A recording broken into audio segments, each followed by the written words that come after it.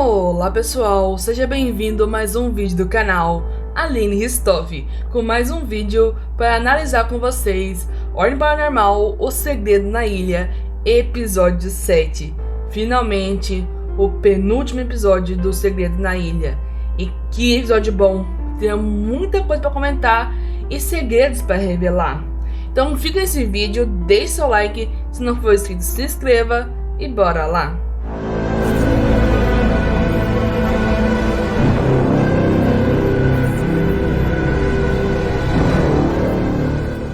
Sim, pessoal, vários segredos para revelar. Já como a live, antes de começar tudo isso, segredos revelados. E o Sérgio falou que esse RPG, esses spin-offs, é para revelar coisas sobre Ordem Paranormal, alguns mistérios que ficaram para trás. Então eu tô aqui para debater tanto o que ocorreu nesse episódio, que foi revelando muita coisa, tanto para tentar explicar alguns que ficou nas outras temporadas que não são os spin-offs. Então já fica nesse vídeo e bora começar. Então, pessoal, o episódio começa com Vanderlei começando o treinamento dos personagens que já conseguiram atingir 5%. É um treinamento interessante em vários aspectos, para demonstrar como a Ordem está agindo atualmente, quando tem novos recrutas. Claro que Vanderlei não está experiente a treinar. O próprio Celpt diz que geralmente quem treina os agentes novos tem que ter no mínimo, assim, acho que no 15 ele fala, mas depois ele sobe para 20% para ter um treinamento ok para se tornar um agente da Ordem. Então com 10% é extremamente difícil de treinar novos agentes. Eu não sei quantos por cento naquela época tinha o Tristan, então é um ponto a se correlacionar, já que o Celpt diz de 15 a 20% é uma pessoa que está capaz de talvez treinar os recrutas da Ordem, então no mínimo isso para treinar os novos recrutas. E é uma coisa que eu gosto de relacionar, que é o Tristan, porque na época o Tristan não tinha esse negócio de ocultista. Então é um ponto diferente que é complicado para o Vanderlei tentar explicar. Então foi um ponto interessante ele treinando os ocultistas, já que ele conseguir essa linha. E a maneira que ele trata esse assunto, que há 3 categorias na Ordem, 3 setores, de ocultista, especialista e combatente. Eu acho interessante porque fica mais fácil explicar quando alguém quer pegar um cargo no universo da Ordem, questão do sistema do RPG. Então, pôr isso em palavras facilita tanto na hora de interpretação. Então eu achei interessante o Celpt liberar, porque antigamente eles não falavam isso, não dava pra falar, eu sou especialista, eu sou ocultista, eu sou combatente. Eles não falavam isso, era complicado. Então é interessante pôr isso na fala, porque fica mais fácil para as pessoas conseguir explicar, tanto no sistema, tanto no RP, na hora de interpretar. Um ponto muito interessante. E é engraçado ver o Vanderlei explicando questão do ocultista, já que ele não sabe nada. Ele tenta até tirar alguma informação se ele pode falar o que ele sabe, por causa que ele tem a personagem dele de Dante, que também é um ocultista, mas essa temporada nova com experiência baixa de exploração paranormal, então é complicado ele poder falar coisas que ele não possa falar. Então foi uma parte muito interessante, tanto o Hakim conseguir explicar. Eu achei esse treinamento muito interessante. Foi até um pouco vergonhoso, eu senti, tipo assim, intimidado para ele explicar o combatente. Foi mais fácil quando ele tá explicando pro... Achei muito interessante, sério, quando o Vanderlei foi pro Olivier explicar, foi aquela pergunta, todo aquele negócio. Achei muito top, achei muito interessante esse detalhe de perguntar como é que um especialista vence uma batalha. Achei muito interessante esses pontos. O combatente, o Vanderlei tentou demonstrar que tem que ser ágil, tem que saber lutar, que o inimigo pode ser imprevisível para a Bárbara. Só que é meio complicado. Eu acho que a Gabi não ia pegar a combatente, que seria meio difícil a Bárbara interpretar o combatente, já que a temporada inteira a gente viu ela fugindo. Ela não ficava em confronto direto. Parecia mais atitudes de especialistas.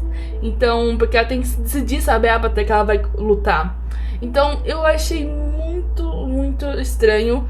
Eu achei que por causa do Milo e Miguel, o Milo ia pegar combatente, por causa que quando voltou o Miguel pelo que foi dito muitas vezes, que o Miguel, ele tem cara de pessoa que vai na frente, vai se defender o próximo, não importa o que, vai pra frente. Então tem muita cara de combatente. Mas o Milo quer ser ocultista. Porque ocultistas são aquelas pessoas que têm interesse de saber das coisas. Elas estão cansadas de mistérios e segredos. Elas têm que descobrir. A fome pelo conhecimento, as informações. Então Amelie e Milo escolheram ocultistas. Coisa muito interessante, já que o Vanderlei não podia explicar nada sobre rituais. Ele só explicou sobre que o outro lado nunca se deve deixar ser usado pelo outro lado. Você tem que usar o outro lado.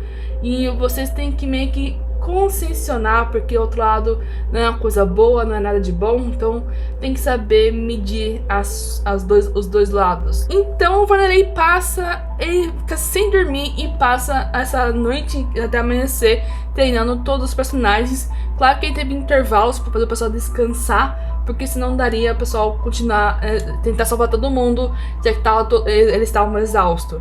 Então ele decidiu se penalizar e ficar exausto para salvar o máximo de pessoas possíveis. É assim que a ordem age, e é assim que ele seguiria esse princípio. Após terminar o treinamento, Vanderlei faz um café da manhã para todo mundo se reforçar mesmo e estar preparado para essa batalha, que talvez hoje todo mundo vai morrer. Essa é a coisa que tá pregnando a cabeça deles. Eles têm que ir contra esse sentimento, essa ideia que tá presa na mente deles. Então eles começam a resolver os mistérios dos quadros. Eles querem subir o terceiro andar. Eles meio que param o montado subir o terceiro andar. Um dos primeiros quadros que eles vão olhar é o quadro do Milo, do pai do Milo, da família do Castelo, que o pintor deu pra família Castelo. E Milo quer muito ver esse quadro que o pintor fez pela família dele. Então é ele, descendente, que tem que ver esse quadro. E ao olhar pro quadro, ele encontra Miguel. Claro que tem todo aquele negócio de ver todas as percepções, tá tudo derretendo, essas coisas. Só que ele, depois de tudo isso, ele encontra finalmente Miguel. E os dois voltam a ter contato. A porta abriu. Os dois podem finalmente conversar novamente. E os dois estão ligados novamente. E o motivo de Miguel ter sumido foi porque ele decidiu, em vez do Milo sumir, ele sumiria. Ele quis salvar Milo. Ele viu que o Milo cada vez ficava mais distante, que Milo ia sumir. Milo nunca mais voltaria. Ele não poderia deixar que o irmão dele nunca mais voltaria. Então ele tomou o lugar dele e sumiu. E ficou preso há muito, muito tempo naquele quarto vazio. Milo estava certo de talvez visitar o quarto vazio porque era o quarto do irmão dele. E era exatamente esse sentimento que estava lá. O quadro é só um reflexo do sentimento de quem observa. Então a verdadeira arte é só o contemplo da pessoa é o sentimento da pessoa que contempla o quadro. Então isso que se refletiu nele. Ele finalmente descobriu o que ele queria descobrir. Miguel sabia muita coisa, muitas verdades sobre o pai dele, o que ocorreu quando ele não estava sabendo, quando ele não estava no momento, na cena, tudo o que o pai dele contou pro Miguel, todas as coisas da família dele que ele não sabia, ele estava sabendo agora através do Miguel. Os dois conversaram mais ou menos dentro do quadro, ou ali no mesmo local, e os dois se uniram novamente. Os dois poderiam estar conversando entre si e conversando com as pessoas. Bárbara poderia finalmente ver Miguel novamente. Só que através de um custo muito alto. Por causa dessas verdades, Miguel nunca mais poderia ficar longe da tinta do quadro. Se ele ficasse mais ou menos 3 dias, ele sabe que vai morrer. Então ele tem que estar sempre em contato com a tinta. A tinta agora é a vida dele. Uma decisão muito arriscada e ele quer seguir em frente. E ao voltar, todo mundo acha que ele enlouqueceu por ver o quadro. Ele tá eufórico, ele tá feliz, triste, emocionado com toda a informação que ele teve em poucos segundos. Ele quer contar pra Bárbara se acalmar. A voz do Miguel voltando, o Milo fazendo a voz do Miguel, e toda aquela situação, Bárbara, eu nem conseguindo entender o que estava ocorrendo, porque Bárbara conhece Miguel. O resto do pessoal não conhecia essa voz estranha que está sendo a voz da boca do Milo, deixando todo mundo confuso. Ele enlouqueceu? Ele está louco? O que houve com o Milo? que Miguel...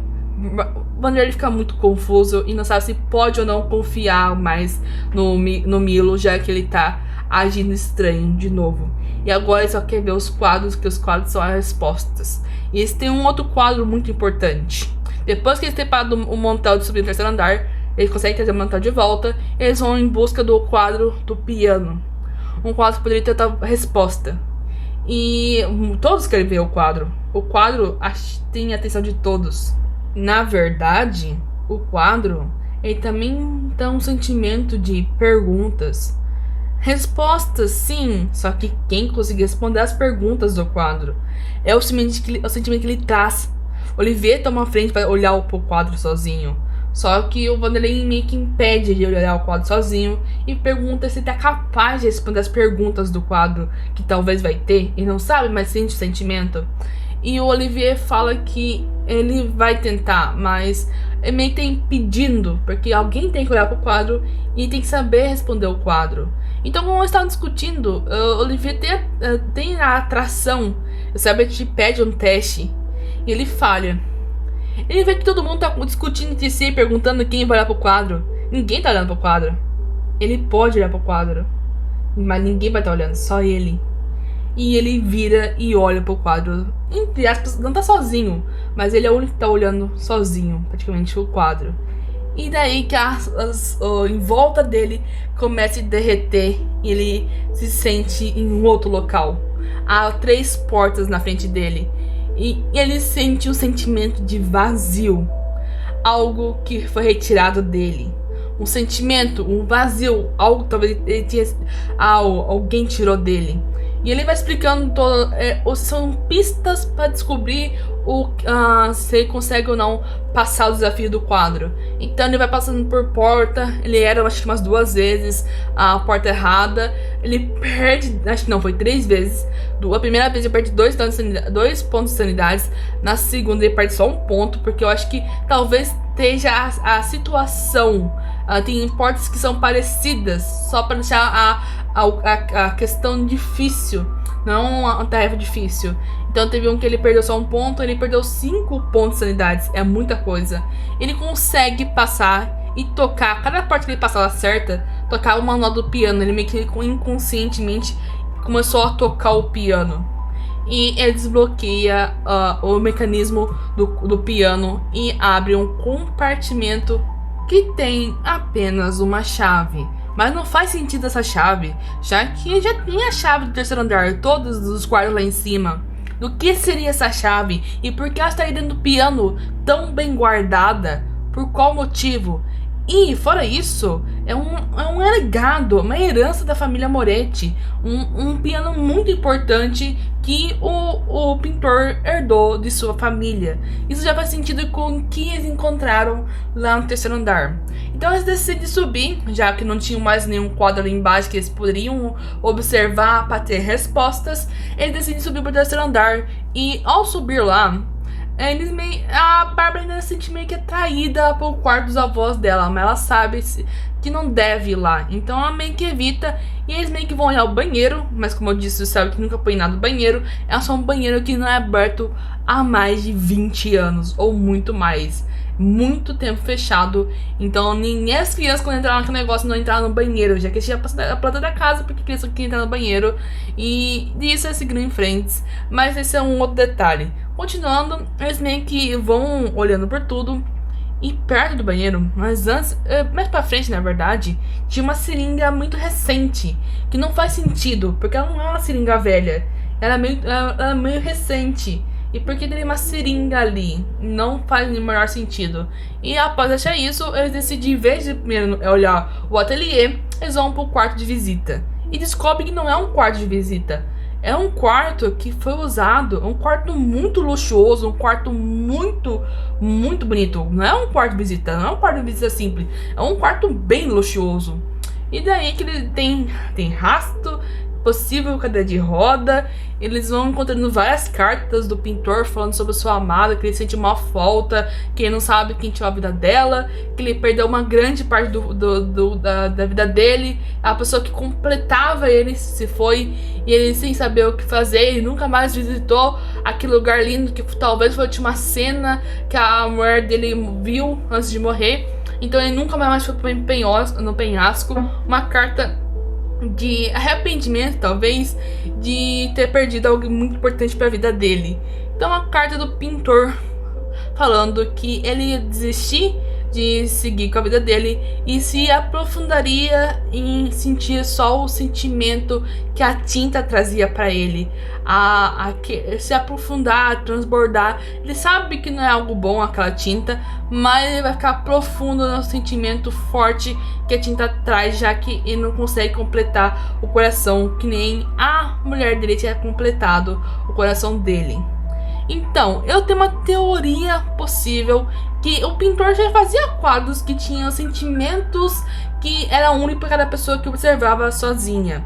Então eu acho que ele já sabia dessa tinta há muito tempo atrás, e ele utilizava isso para conseguir fama. Só que quando ele conheceu o amor da vida dele, o coração dele foi completado. Então ele parou de fazer só por dinheiro e continuou tendo uma vida de boa, já que ele já tinha algo que completava ele, que era a esposa dele. Ele nunca foi pessoa má, mas não tinha nenhum motivo para continuar vivendo, não tinha nenhum princípio. Ele só fazia aquelas pinturas que ele sabia o que as pinturas faziam. E ele continuou, mas só de boa, não trazia mal para nenhuma pessoa. Esses quadros só traziam sentimentos bons. Então ele sempre deixava a pessoa ter esse sentimento e nunca deixava a pessoa ficar revendo os quadros. Era uma vez e pronto, só a pessoa pra sentir mais melhor. Por isso ele tinha muita fama pelos quadros dele. Então ele sempre foi uma pessoa boa. Todas as cartas que a gente viu pela mansão inteira dos funcionários dele falando que ele era uma pessoa boa. E eu percebi que aquilo lá não era uma pessoa. O que você escrever sobre o pintor que ele era uma pessoa boa e tinha uma carta só falando dele mal? Quem sabia que nem a pessoa que escreveu nem conhecia o pintor e só falou mal dele por falar e não sabia sobre o pintor. E isso que é um ponto que eu já sabia, que eu tinha certeza que o pintor não tinha matado a esposa e que o pintor parecia assim uma pessoa muito boa. De tantas cartas, pessoas falando muito bem dele, então ele não parecia ser uma pessoa má. E com os cumprimentos do quarto dele, dá pra perceber que ele não era uma pessoa má. Então ele decidiu sozinho continuar a vida ficar daquele jeito que ele tava e só ficou lá trancado no terceiro andar. Começou a envelhecer e ficou por lá, não querendo mais confusão com ninguém, se isolando de todo mundo após a perda da esposa dele. Algo que completava ele, cada vez só ficou mais triste com tudo que ocorreu. E nisso, quem acaba tentando acalmar o pintor, tentando alegar o pintor, eram os funcionários que gostavam muito dele. Principalmente os avós da Bárbara, a Leilinha, acho que é Leilinha e Mério, se não estiver errada. Eles ficavam junto com o pintor até o final da vida dele pra ajudar o pintor, pra agradecer tudo que o pintor já deu pra eles. Toda a vida boa que eles tinham era tudo por causa do pintor, então eles tinham muito a agradecer, há muito que tentar retribuir essa gentileza do pintor. Então eles ficavam até os últimos momentos com o pintor, cuidando dele quando ele estava já bem velho. Então acho que ele viveu até os 82 anos, provavelmente. Eu já suspeitava que ele não estava vivo, porque seria muito difícil ele ter 102 anos, que eu tinha feito um cálculo mais ou menos que ele teria, com bases de quanto tempo ele ficou, que ele tinha na época, sobre aquele jornal, quanto tempo ele ficou na ilha. É um cálculo meio que não sei se está certo, é mais ou menos isso. Ele morreu com 82 anos, então ele ficou bastante tempo depois que a esposa dele morreu, que eu acho que ele devia ter com 38, ele começou a construir a mansão, que ele foi pra ilha, e depois ficou um tempo por lá. Aí em 64 que a esposa dele colocou a esposa dele, todas essas situações. E tudo escorreu mais ou menos na época que ele tinha uns 40, 50 anos. Então ficou um bom tempo sem a esposa depois de tudo que ocorreu. E nisso dá pra ver o sentimento dele. Mas olhando esse quarto de visita, que não era o quarto de visita, era o quarto que ficou pro pintor, ele descobriu que também tinha uma coisa muito estranha embaixo da cama do pintor, que era uma maleta. Mas o que tinha na maleta era algo que não dava pra se imaginar. Simplesmente uma arma amaldiçoada E fora isso, tinha uma outra carta do antepassado do pintor, do Moretti, falando sobre uma outra ordem. Uma ordem dos caçadores, não sei o que lá. E quando o Vanderlei leu essa carta, ele ficou pensando, nossa, então o pintor ele fazia parte de uma ordem? Aí eu tô pensando, só que ele era a ovelha negra da família, porque ele tá fazendo essas coisas, não faz certo você tinha essas coisas. Então, eu penso que a tinta que ele usava, ele usava não pro mal, mas pro bem, pra trazer felicidade pras pessoas. Por isso o pessoal falava, o Sérgio falava que talvez a salvação seja os quadros do pintor. Porque é o sentimento de que ele queria trazer. Ele queria trazer esperança, bondade, amor, essas coisas. Só que ele sabia que esse sentimento era pra ser único, uma vez, temporário. Não dá pra ficar toda hora vendo isso. Senão é um vício. Ele só queria trazer a felicidade pras pessoas através de suas pinturas. Mas é meio difícil de entender. Só quem acompanha de fora pra entender essa coisa do pintor. Então, ele era uma pessoa boa. E nessa arma tinha uma arma amaldiçoada que o Vanderlei não achou ninguém pegar, porque ele sabia que quem pegasse ia ficar amaldiçoado com a penalidade que a arma trazia. É claro que a arma é uma faca de dois gumes, que ela traz uma penalidade, mas pode ser uma arma que vai salvar eles desse monstro que vai talvez matar eles hoje. Então eles tinham que pegar essa arma e Vanderlei se sacrificou. Ele já tava totalmente exausto, cansado e não sei o que lá, todo já penalizado por não ter dormido, que o Sartre botou uma baita de uma penalidade. Ele, fora isso, ele tomou mais uma por ter pegado a arma, mais ou menos 2 de agilidade. Então ele mal consegue sair do local. Então ele tava andando muito devagar, extremamente exausto, cansado. E era algo muito complicado. Então tá muito difícil na questão do Vanderlei. Fora que nas outras noites ele não tinha dormido direito. Então já fazia tempo que ele cada vez mais estava penalizado de não dormir direito. E o Celtics só contabilizou ao passar dos episódios. Continuando, eles decidem ir finalmente para o ateliê. E abrir o ateliê, eles olham que tem balde de tinta que tá derrubado no chão, muito estranho, que uma sensação de formigamento entrar naquela sala, tinta seca por tudo, fechar pelo menos uns 20 anos atrás, uma sala bem detonada através do tempo, mas tinha uma coisa no canto que chamava a atenção deles, algo coberto. Um quadro coberto? Quem cobriu esse quadro? E ao olhar para o quadro, eles descobrem o que correu no passado com as crianças vieram para ver o pintor. As crianças, Barnabé, Bartô, a Lívia, a Nívia não foi, mas toda a irmã do Barnabé também que foi, todos foram lá ver o pintor. E descobre o que ocorreu. Barnabé, ele não fugiu na hora que todo mundo saiu gritando com medo do pintor. Ele ficou maravilhado com os quadros. E o pintor chegou perto dele. E o pintor conversou com o pintor. Então talvez quem tenha matado o pintor foi o próprio Barnabé, que talvez tenha tirado o corpo dele de lá e feito um quadro e deixou aquele quadro lá, que passava todos os sentimentos que o Barnabé sentia. Desprezo, ódio, de não conseguir ver o rosto de ninguém, um sentimento muito que ele tinha. E ele ficou viscerado nas tintas, em querer pintar, e ele não conseguia ver os rostos das pessoas. E com isso a gente descobre também, um tempo atrás, poucos dias atrás, o que ocorreu com Cavalcante. O que houve com ele na ilha, porque quem matou ele, o que houve. O pai da Amélie foi ver o quadro da Noralma. E ele ficou viciado. E ele começou a Noralma falou alguma coisa pra ele sobre o terceiro andar. E ele ficou muito curioso sobre o terceiro andar. Talvez isso, talvez não.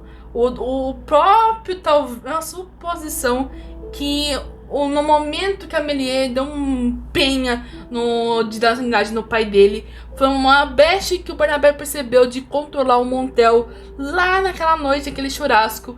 Foi desde aquele momento que o Barnabé conseguiu convencer o Montel a ajudar ele nesse plano que ele estava planejando. Então com isso, o Montel tá com muita vontade. Acho que o Barnabé falou que tinha um terceiro andar pro Montel, que era o ateliê do pintor, que o Montel tinha que ver o terceiro andar. Ele começou a atiçar o Montel, falando sobre tudo que tem de bom no terceiro andar, todos que lá tá as pinturas do pintor, que é onde entrava a entrada. E ele ficou vendo, ele olhou pro quadro, ficou meio que enlouqueceu, né? Que ele olhou pro quadro. Ele já tinha tomado um dano de sanidade por causa da Amélie. Aí tomou todo aquele dano de sanidade que a Amélie sofreu por Noralma. Ele também tomou esse dano de sanidade, olhou o quadro Noralma, ele provavelmente viu a Noralma. Ele ficou todo, mesmo assim, ele ficou tipo assim, tem que o terceiro andar. Ele conseguiu convencer o Cavalcante a levar ele pro terceiro andar. E foi no momento que o Barnabé já sabia, porque ele atiçou muito. Então ele sabia que ele conseguia subir para o terceiro andar. E então quando ele viu que a pessoa conseguiu subir para o terceiro andar, ele só foi por trás e viu que aquele negócio do porco estar envenenado funcionou. E ele, com isso, matou Zemek. Não sei se matou ou deixou inconsciente o Cavalcante e terminou de matar ele lá na praia. Então foi tudo plano disso. E quem viu tudo isso foi o Montel, que ficou muito assustado com toda a situação. Ele é cúmplice. Então, provavelmente o Barnabé conseguiu convencer ele a ajudar naquele momento, que ele meio que foi cúmplice da morte do Cavalcante. E nisso, o Montel só teve que seguir as ordens do Barnabé. E desde o momento, ele começou a só botar os quadros que o Barnabé pintava no local do crime. Então, os dois agiram meio que junto. E era um plano perfeito na visão do Barnabé. Então tudo o que ele queria iria acontecer. Então todas as verdades que estavam ocorrendo naquela mansão, naquele terceiro andar, eles descobriram nessa pintura. E não precisou ninguém ver sozinho, porque o quadro, ao contrário do pintor, o quadro do Barnabé que ele faz, não precisa a pessoa ver sozinha. É só todo mundo olhar que tudo vai se tornar real. Então, ao contrário do pintor, que é uma experiência única, sozinha, o Barnabé fazia com a pintura ter um sentimento para todo mundo, o mesmo sentimento, para todo mundo sentir a mesma coisa, saber a verdade. Então, ele fez esse quadro para não precisar a pessoa ver, tem todo mundo ver esse quadro juntos. Esse era um quadro do próprio Barnabé. Ao saber que tudo foi planejado pelo Barnabé, que é o Barnabé que tá deixando a membrana fina, causando medo de todo mundo, que esse negócio da cabeça foi tudo implantado pelo Barnabé, que ele é o culpado de todas essas mortes, eles meio que decidem voltar. Claro que eu esqueci de falar que antes o Montel já tinha voltado e enfrentado a Lívia, meio zumbi, essas coisas. Mas acho que um pouco que eu não quis citar sobre agora que a membrana fina, os zumbis de sangue estão voltando. E na hora que eles vão pra cidade falar sobre esse negócio do Barnabé, seu vilão, eles meio que encontram o Otávio, que também está sendo perseguido por um outro zumbi. A gente não sei se é zumbi de sangue, entre aspas, um zumbi de lodo, a gente não sabe o que é esse negócio. O zumbi de tinta do Bartô. E o Milo fica muito traumatizado de novo. Ó. Tanto a Bárbara e o Milo ficaram meio que tomaram um dano de sanidade porque viu os pais deles voltar de volta à vida. Uns desses zumbis meio que de tinta voltando à vida. E o Bartô, já que é uma pessoa muito forte na vida, após vida, ele fica mais forte ainda. Então não foi nada fácil essa batalha que forçou o Vanderlei a usar aquela arma, a consolada que ele descobriu da família Moretti. Então finalmente ele usou aquela arma amaldiçoada nessa batalha. Eles conseguem hidratar o Bartô, essa criatura de tinta, mas é claro que ninguém cai ileso. A Bárbara, que é a combatente, foi pra frente e tomou um dano dessa tinta de sangue que começou a queimar o rosto dela. Então foi muito estranho. E o Otávio, que trouxe a criatura pra lá, estava extremamente assustado com tudo. Ele só tentou salvar todo mundo, levar a criatura pra longe da vila, pra ele conseguir tentar enfrentá-la sozinha. Uma péssima decisão, mas a única coisa que ele não queria ter mais gente machucada. Então ele tomou essa coragem pra si. E nisso, eles meio que... Eles têm que ver o Evandro, ver toda a situação pra falar com a Nívia sobre tudo o que tá ocorrendo. Só que eles percebem que todas as casas estão abertas, até a do Barnabé. E eles precisavam ver a casa do Barnabé. Não dá pra deixar em vão a casa toda aberta. Entram na casa do Barnabé. O Vanderlei vai direto no quarto do Barnabé e a Amélie vai direto no quarto da Amorinha. Eles têm que descobrir o que tem naquilo lá, qual que é o mistério por trás do Barnabé, já que eles já sabem que ele é o culpado. Vanderlei encontra um documento médico, de exame médico dele, onde ele é diagnosticado com uma coisa que ele não consegue ver o rosto das pessoas. Eu não vou falar a palavra porque eu tenho um problema na minha pronúncia e não quero falar essas palavras complicadas. Mas o que o Vanderlei consegue entender é que ele não consegue ver o rosto das pessoas e ele tem um problema que não consegue identificar o rosto, nada das pessoas. E com isso, seguindo, a Amelie começa a gritar que assim que vê o quarto da Amora, porque lá tinha um açapão. E ao descer nesse quartinho da Amora, descer pelo açapão, eles encontram meio que um local, uma coisa cavada, meio muito mal feita, mas tinha lá tinta, bastante tinta, e muitos desenhos da estátua. E a letra que estava escrita, nessa letra que tá escrita aquela arte que a Amora fez, também estava escrito num papel muito mais antigo. Então provavelmente quem escreveu naquela letra de forma, talvez nem tenha sido a Amora. Quem escreveu sobre a estátua, o amigo imaginário da Amora, foi o próprio Barnabé, que fingiu que a Amora saiu de casa. A Amora falou que não saiu de casa, confirmou pro Olivier. Ela não mentiu, ela não saiu de casa. Quem falou que ela saiu pra ninguém olhar, já que ela tava em casa e o Barnabé já tinha olhado, que eles não iam olhar lá, porque já tinha falado que ela não tava em casa. Então era óbvio, era só ele fingir que tava procurando a Amora. Ele que sabia daquela estátua, ele já sabia daquilo lá. Então ele só continuou fingindo, interpretando. Ele gosta de... Ele tem uma facilidade de convencer as pessoas, tá? Tá no documento médico. Então eles descobrem que aquelas pinturas que a Amorinha poderia estar fazendo, talvez nem tenha sido a Amora, porque o traço, pode ser que a Amora aprendeu a pintar esse traço entre os pais dela, o Barnabé, mas não era isso. O Barnabé já pintava esse negócio há bastante tempo. Ele já tinha esse traço de pintor, de pintar essas coisas. E enquanto isso, eles vão pra casa da Nívia pra ver como é que tá o Evandro. Eles têm que ver como é que tá o Evandro. E ao chegar lá, o Otávio meio que chama a atenção do outro zumbi de sangue, o zumbi de sangue do Cavalcante.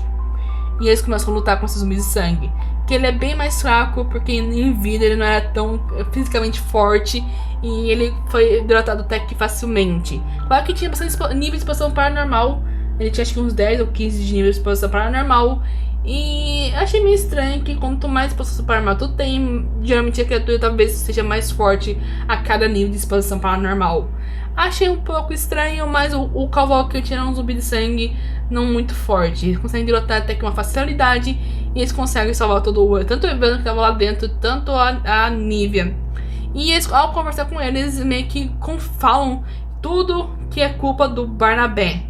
Quem confirma isso é Evandro, que meio que se levantou por alguns segundos falando que ele foi tomar café da manhã com o Barnabé e depois passou mal. E que tinha entregado as chaves pro Barnabé. Mas o Barnabé falou que não sabia das chaves. Mas é tanta informação na cabeça da Nívia, tanta informação pro Otávio, que não tá muito difícil de acreditar que o Barnabé é o culpado de tudo. Que o Barnabé matou o Bartô. Os dois eram amigos desde a infância. Todo mundo estudou junto. Como é que o Barnabé poderia fazer isso? Como é que eles não sabiam dessa coisa do Barnabé? Como é que eles estudaram a vida inteira deles disso? Como é que eles podiam acreditar nisso? Eles conhecem eles desde sempre. Eles nasceram praticamente na ilha juntos. Não tinha como suspeitar dele. Tudo que correu, tudo que eles passaram junto, como é que ele poderia fazer isso? Matar um amigo? Como é que ele poderia fazer isso? Não fazia nem maior sentido. Mas as provas estavam ali. O próprio Evandro estava falando que ele deu a chave pro Barnabé, que o Barnabé estava com a chave e que ele tomou café da manhã. E o pessoal falando que talvez fosse um estado ruim no estômago, porque o Barnabé envenenou o Evandro. Todo eram provas confirmando que o Barnabé é o culpado. E eles vão em direção à igreja, onde tá o resto de todo mundo. Só que todo esse tempo, o Barnabé já teve tempo suficiente para pôr medo em todo mundo, confirmando que a criatura vem matar eles. Só repetindo essa frase, causando o medo que afina a membrana. Eles estão extremamente muito medo.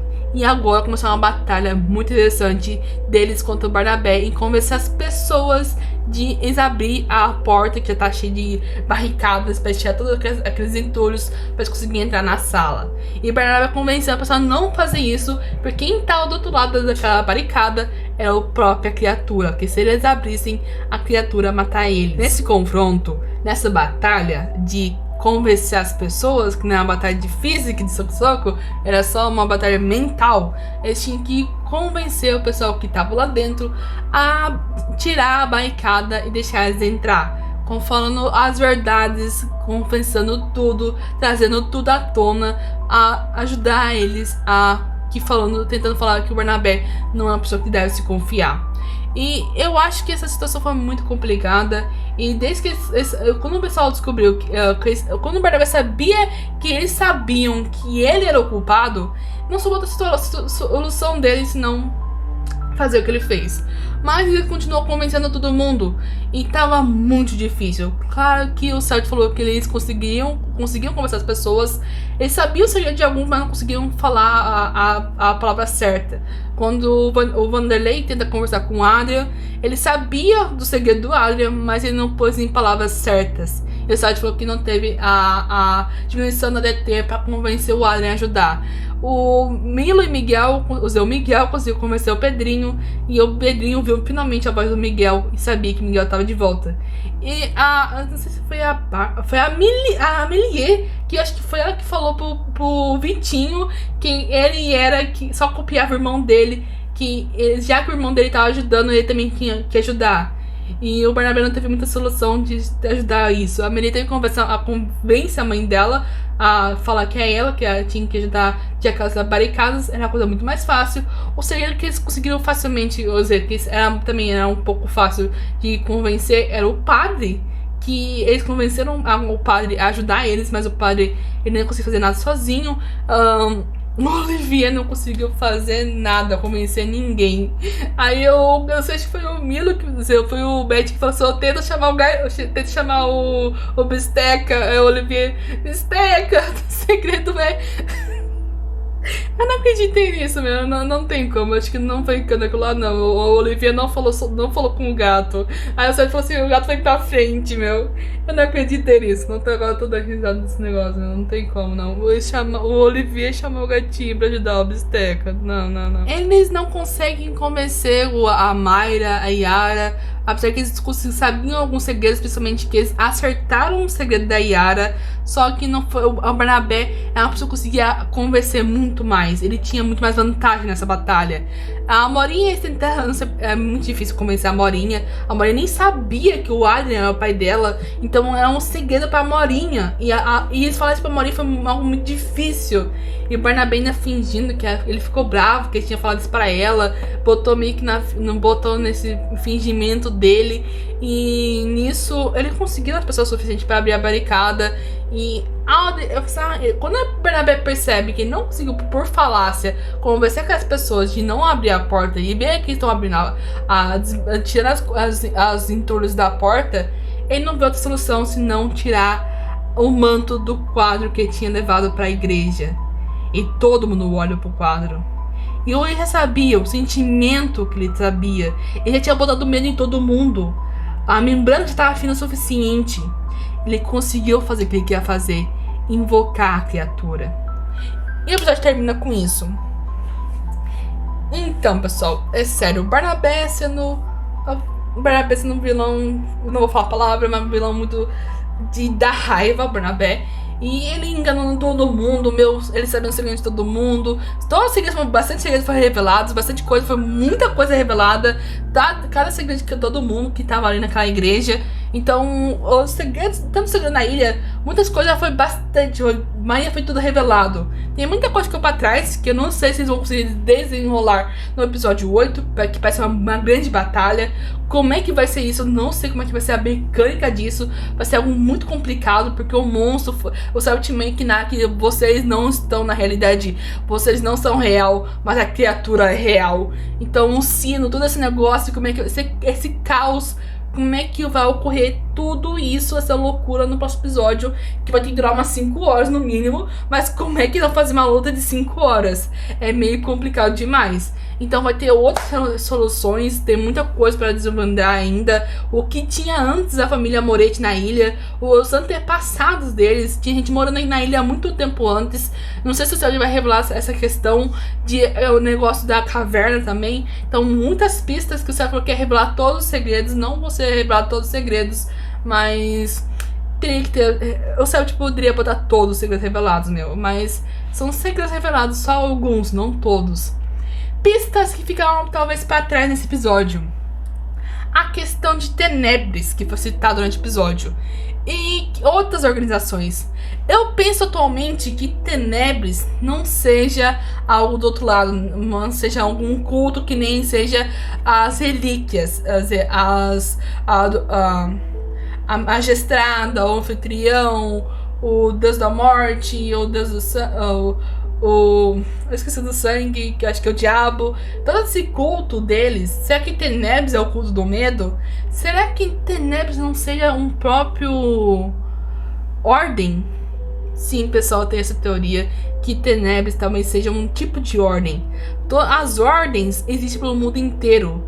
Elas têm objetivos semelhantes, mas elas têm princípios diferentes. Então, será que Tenebres é mesmo o culto do medo? Eles adoram e veneram o medo? Será que seja isso?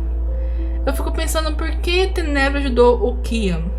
Será que a Tenebres conheceu a Tenebres é muito antiga, mas será que a Tenebres não é uma ordem que protege a nossa realidade do outro lado? Só que com princípios diferentes? Eles têm uma maneira deles de proteger. É uma ordem que foi criada há muito tempo atrás com ocultistas muito fortes. Então eu fico pensando nisso. Será que Tenebres não seja um tipo de ordem que seja cavocada de formas diferentes? É só uma possibilidade. Depois que teve essa nova ordem, que é também outro tipo de ordem que existe na Itália, que na verdade na Itália não é ordem, são famílias que se juntam para combater o outro lado. Tinha a família Leone, agora tem a família Moretti, também combatia o outro lado na Itália. Então são várias famílias que se organizaram para combater o outro lado. Então, tem muita coisa pra tentar desvendar. Será que Tenebres seja de um outro local? Talvez, não sei se da França, e eles sejam uma ordem que combate o outro lado de uma forma diferente. É uma teoria, é uma possibilidade. É que existem tantos tipos de ordens que têm um objetivo parecido, mas com ideais diferentes. Me surgiu esse trem quando eu estava assistindo isso. Me surgiu essa possibilidade. É uma ideia que eu não sei se vai ser isso que o Celtic vai trazer, que quebraria todas as expectativas de todo mundo, que Tenebres é o culto do medo, mas na verdade o Tenebres seja só um tipo de ordem, que é a ordem da Tenebres é o escuro, obscurité, que significa trevas. Então seria a ordem das trevas, mas a gente fosse tipo isso, a ordem das trevas, que elas usam o outro lado de uma forma para combater o outro lado. É uma possibilidade, é uma teoria minha. Eu acho que foi a única coisa que eu tirei durante o episódio de teoria, porque agora todos os segredos estão sendo revelados, então a gente tem que ver o próximo episódio. Depois que o 8º episódio é o último, eu acertei que o Segredo na Ilha teria 8 episódios. É uma coisa que eu queria há muito tempo. Eu já falei em vários vídeos meus que eu queria que o Segredo na Ilha tivesse 8 episódios, e teve. Uhul! Semana passada eu tava suspeitando que talvez o 7º seria o último, mas eu tava tipo assim, oitavo, vai ter um oitavo, vai ter um oitavo, e teve um oitavo. Eu tô falando isso desde o começo do Segredo na Ilha, e seriam 8 episódios. Pelo menos meu sentimento estava certo. Pessoal, esse foi meu vídeo, espero que vocês tenham gostado. Se não for inscrito, se inscreva, deixe seu like e até uma próxima. Tchau!